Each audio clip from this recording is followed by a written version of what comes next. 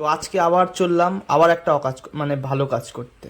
আসলে কাজটা ছিল আমাদের বাড়ির পিছন দিকে ওই একটা কচু গাছ দূরে দেখতে পাচ্ছেন। কচু গাছটার মধ্যে অনেক আগাছা হয়েছিল, তো সেই আগাছাটা পরিষ্কার করে কচু গাছটাকে আবার সোজা সরক করা। তো তারপর আমি আমার টার্গেটের দিকে এগিয়ে চললাম। তারপরে সামনে দেখতে পেলাম আলকুচি গাছ। তো আলকুচি গাছটাকে আমি তুলে ফেলতে চাইলাম এবং আমার হাতে একটু লেগে গেল, তার ফলে এমন চুলকানো শুরু হলো। তো আমি তারপরে আলকুচি গাছটাকে এমনভাবে অ্যাভয়েড করলাম যেমন আমি আমার জীবন থেকে নেগেটিভ মানুষদেরকে অ্যাভয়েড করি। তারপর যাওয়ার পথে আমি একটু পেঁপে গাছটাকে চেক করে নিলাম যে বর্ষার ফলে পেঁপে গাছটার কোনো সমস্যা হয়েছে কিনা। তা দেখলাম যে না, ঠিকঠাকই স্ট্রং আছে। তারপর আমি চলে গেলাম কচু গাছটার কাছে।